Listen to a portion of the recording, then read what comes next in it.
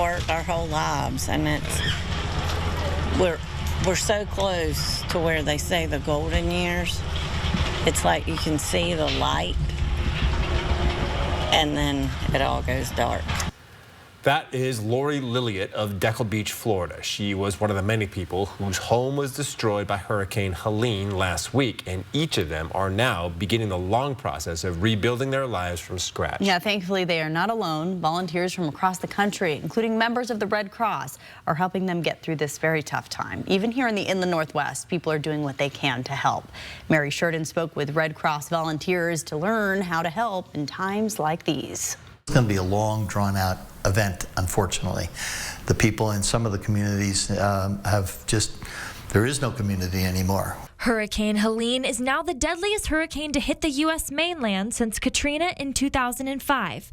But even though this tragedy is thousands of miles away, Glenn Lockwood and Red Cross volunteers in Spokane are extending a helping hand. The Red Cross couldn't do what we do without volunteers.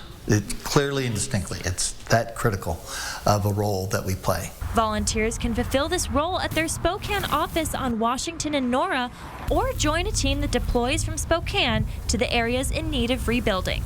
As the crisis continues, there's a good chance that trucks just like this one would be loaded up with supplies and driven by volunteers to areas affected most by Hurricane Helene.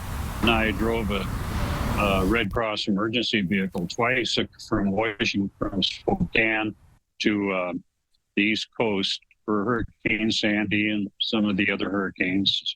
Chuck Bomey is in North Carolina now, volunteering at a mass shelter. He and his wife Janet are just some of the 1,400 Red Cross volunteers who have traveled to Helene's disaster area. Be flexible when you come to these things, because not everything's going to go just perfectly, because everybody has lots of different needs.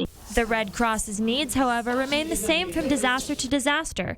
Besides your time, financial donations and blood drives are what keeps the organization running during times like these. It's not about what we have to spend, it's about what we want to give to be able to help people recover, and that's what we're about. Reporting in Spokane, Mary Sheridan, 4 News Now. And if you do plan on donating money, several federal agencies are warning, look out for scams. Scammers will create fake websites pretending to be charities or people impacted by the hurricane. So the Better Business Bureau says, first, verify the charity. Always check out a charity before donating. You can do that by going to websites like charitynavigator.com. Next, donate directly. Avoid unsolicited donation requests on social media or by email. And also use your credit cards, because those cards offer added protection against fraud.